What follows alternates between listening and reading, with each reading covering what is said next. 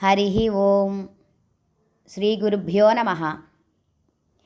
ఆపాతాళనభస్థలాంతభువన బ్రహ్మాండమావిస్ఫురద్ జ్యోతిస్ఫాటికలింగమౌళివిలసత్పూర్ణేందువాంతామృతైః అస్తోకాప్లుతమేకమీశమనిశం రుద్రానువాకాన్ జపన్ ధ్యాయేదీప్సితసిద్ధయే ధ్రువపదం విప్రోభిషించేచ్ఛివం. లింగ ఆవిర్భావము, శివరాత్రి మహాత్మ్యము అయిన తరువాత పంచకృత్యాది వివరణ గురించి చెప్పడం ఆరంభించారు. శివోక్తమంతా శిరోధార్యంగా గ్రహించారు శ్రీపతి విధాతలు ఇద్దరు. అనంతరం పంచకృత్యముల గురించి వివరించమని కోరారు. అప్పుడు శివుడు ఈ విధంగా చెప్పసాగారు. ఈ సంసారం తామరతంపరగా పెంపొందడమే సృష్టి అనబడుతుంది. అలా పెరిగే సృష్టిని క్రమశిక్షణలో ఉంచి అక్రమాల నుండి రక్షించడమే స్థితిగా చెప్పబడుతోంది. ఏతత్ సమస్త ప్రపంచం యొక్క స్థూల రూపాన్ని విభజించి సూక్ష్మరూపంగా మార్చడమే సంహారం. సూక్ష్మీకరించబడిన దాన్ని పునఃసృష్టి వరకు పరిరక్షించడం తిరోభారం అంటారు. శివారాధనాపరులైన జీవులందరినీ బంధ విముక్తులను చేయడం అనుగ్రహం అనబడుతోంది. సృష్టి స్థితి సంహార తిరోభారములు ప్రపంచ సంబంధితాలు కాగా కడపటిదైన అనుగ్రహం మాత్రం కేవలం శివునకు మాత్రమే సాధ్యమైనది. భూమి నుంచే సమస్తము పుడతాయి, నీటి వలననే అన్నీ పెరుగుతాయి, తేజస్సు వలన హరించబడతాయి, వాయువు కారణంగా మరుగవుతాయి, ఆకాశమే సత్యమవుతుంది, అంటే శివస్వరూపం కలిగినది అవుతుంది. ఈ 5 కార్యాల నిర్వహణార్థమే నేను పంచముఖుడుగా ఉన్నాను. గతంలో మీరు గొప్ప తపస్సు చేసి నా అనుగ్రహం వల్ల ఒకరు సృష్టిని మరొకరు స్థితిని నెరవేర్చే శక్తిని పొందారు. సంహార తిరోభావాలు 2 రుద్రమహేశ్వరుల సొంతం చేయబడ్డాయి. 5వదైన అనుగ్రహం సర్వాతీతుడనైన నేనొక్కడిని మాత్రమే చేయగలను. రుద్రమహేశ్వరులు నిరహంకారులై ఉన్నందువల్ల వాహన ఆసన వేషాదులన్నిటా నాకు ఇతరంగాని రూపంలో అలరారుతున్నారు. మీరు మాత్రం అహంభావులై నన్ను విస్మరించడం వల్ల నావిగాని రూపాలు పొందినవారై అవివేకులై అఖిలాధిపత్యం కోసం ఇలా కుమ్ములాడుకుంటున్నారు. మీరెప్పుడూ ఇలా జరగకుండా ఉండేందుకు మీకు నా యందు నిత్యం నిష్ట కలగడానికి గాను ఇదిగో ప్రణవ పంచాక్షర మంత్రాన్నిస్తున్నాను, స్వీకరించండి. ప్రణవం శివశక్తులను రెండింటినీ బోధిస్తుంది. అందులో నుంచే పంచాక్షరి ప్రభవించింది. పంచాక్షరి నుండి త్రిపాద గాయత్రి, అందులోంచి సర్వవేద సారస్వతం ఆవిర్భవించాయి. మంత్రాలు ఉత్పన్నాలయ్యాయి. ఒక్కొక్క మంత్రారాధన వల్ల దానికి చెందిన వాంఛలు మాత్రమే పరిపూర్ణములవుతాయి. అన్ని మంత్రాలు కూడా భోగప్రదాలే. పంచాక్షరీ మంత్రం ఒక్కటే భోగాలతో పాటు మోక్షాన్ని కూడా ప్రసాదించగల ఏకైక మంత్రం అని ఇలా చెప్పి బ్రహ్మను విష్ణువును ఉత్తరముఖంగా కూర్చోబెట్టి వారి కుడి చెవులలో పంచాక్షరిని ఉపదేశించాడు. తదనంతరం వారి కోరికపై సమస్తమైన యంత్రతంత్రాలని మంత్రాలని కూడా అనుగ్రహించాడు. సమస్త వాంగ్మయాన్ని స్వీకరించిన అనంతరం విధి విష్ణువులు వృషాకపిని గురుస్థానంలో ఉంచి ఆరాధించారు.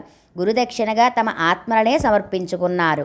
ఓ మునీంద్రులారా, ఆర్ద్ర నక్షత్రయుక్తమైన చతుర్దశి నాడు శివపంచాక్షరీ జపం అఖండమైన సత్ఫలాలను ఇస్తుంది. శివారాధనను మించిన పుణ్యం లేదు. అందున శివుని మూర్తిత్వం కన్నా లింగారాధనే శ్రేష్టమైనది. ఒక్క శివలింగాన్నైనా వైదిక విధానాలతో స్వహస్తాలతో చేతిమీదుగా గాని సద్విప్రుల చేతిమీదుగా గాని లింగ ప్రతిష్టాపన చేయవచ్చు. ప్రతిష్ఠితమైన లింగాన్ని నిత్యం షోడశోపచారాలతో సేవించేవారికి శివపదం తథ్యం. లింగార్చనలో వివిధ పద్ధతులు. భక్తులు అన్ని విధాలా అనుకూలమైన శుభ సమయంలో ఏదైనా పుణ్యతీరంలో లింగం ప్రతిష్ఠించాలి. ప్రతిష్టకు పార్థివలింగం కానీ తేజోమయలింగం కానీ శ్రేయస్కరాలు. చరలింగమైతే చిన్నదిగానూ ఉండాలి. ఏదైనప్పటికీ పీఠం పానపట్టంతో కూడుకొని ఉండాలి. పానపట్టం నలుచదరంగా కానీ త్రికోణంగా కానీ ఉండవచ్చు. ఎత్తులో మాత్రం నడుమ సన్నంగా ఉండటం అత్యంత ప్రధానం. లింగం ఏ పదార్థంతో చేయబడిందో పానపట్టం కూడా అదే పదార్థంతో చేయబడి ఉండాలి. చరలింగాలకైతే లింగము పీఠము ఒకటిగానే ఉండాలి. ఒక బాణలింగానికి మాత్రం ఈ నియమం వర్తించదు. కర్త యొక్క 12 అంగుళాలు లింగ ప్రమాణంగా ఉండాలి. అంతకన్నా ఎక్కువైతే పర్వాలేదు, కానీ తక్కువైతే మాత్రం ఫలితం కూడా తక్కువగానే ఉంటుంది. లౌకిక వాసనాతీతుడై కేవలం మోక్షగామి అయిన కర్తకు మాత్రం ఏకాంగుళ ప్రమాణమైన లింగమే సరిపోతుంది. లింగ ప్రతిష్ఠ చేసేవారు గోపురంతో కూడిన మందిరం కట్టించాలి. ఆయా తావులలో శాస్త్రవిహితంగా దేవగణాలు ఉండేలా శిల్పులతో చెక్కించాలి. గర్భగృహ ద్వారాన్ని నవరత్నాలతోనూ అలంకరించాలి. లింగ ప్రతిష్టాపనార్థం గర్భగుడిలో వేదికను నిర్మించాలి. ఆ వేదిక యొక్క గుంటలో నవరత్నాలను వేయాలి. లింగ ప్రతిష్టాపన వేళ సద్యోజాతాది పంచబ్రహ్మ మంత్రాలతోనూ శివలింగాన్ని పూజించాలి. హవనం చేయాలి. శివ పరివారాన్ని కొలవాలి. గురువులను సత్కరించాలి. బంధువులను ఆప్తులను సన్మానించాలి. యాచకులకు దరిద్రులకు అన్నవస్త్రాదులు ఇవ్వాలి. అనంతరం యుక్తమంత్ర పఠన మంగళవాద్యస్వరాల నడుమ పంచాక్షరీ నాదాలతో లింగ ప్రతిష్ఠ చేసి పీఠం నెలకొల్పాలి. అవి స్థిరంగా ఉండేలాగా తగు విధంగా భూమిలో బంధించాలి. అదేవిధంగా ఉత్సవమూర్తులను సైతం శివపంచాక్షరీ మంత్ర పఠనంతో ప్రతిష్ఠించవచ్చును. లింగ భేదములు వివరములు. లింగాలు 2 రకాలు. అవి స్థావరలింగాలు, పర్వతాలు, వృక్షములు ఇత్యాదులు. రెండవది జంగమలింగాలు. క్రిమికీటకాలు స్థావరాల్ని సేవించడం, జంగమాల్ని సంతుష్టిపరచడం అనేది ఆయా కార్యసిద్ధికి ఆచరించే శివారాధనం. కానీ యథార్థానికి పీఠం అమ్మవారు, లింగం శివుడు.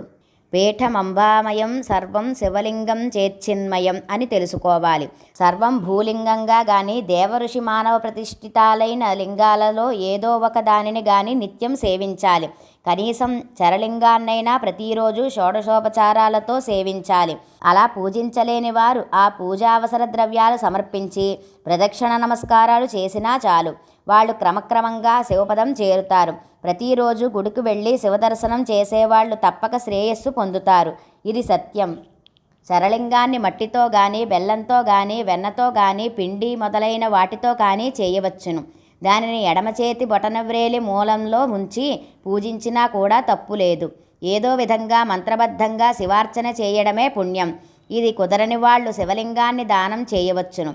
అలా కూడా చేయలేని వాళ్ళు ఆ లింగానికయ్యే ఖర్చును ధన రూపంలో కానీ మరే ఇతర మారక ద్రవ్య రూపంలో కానీ ఇవ్వవచ్చును. రోజుకి 10,000 సార్లు ప్రణవం జపించాలి.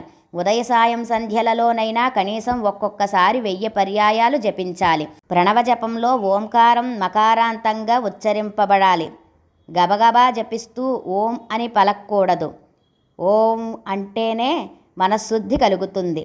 శివధ్యాన సమయంలో అంటే సమాధిగ్రస్తుడైనప్పుడు మానసికంగా జపించాలి.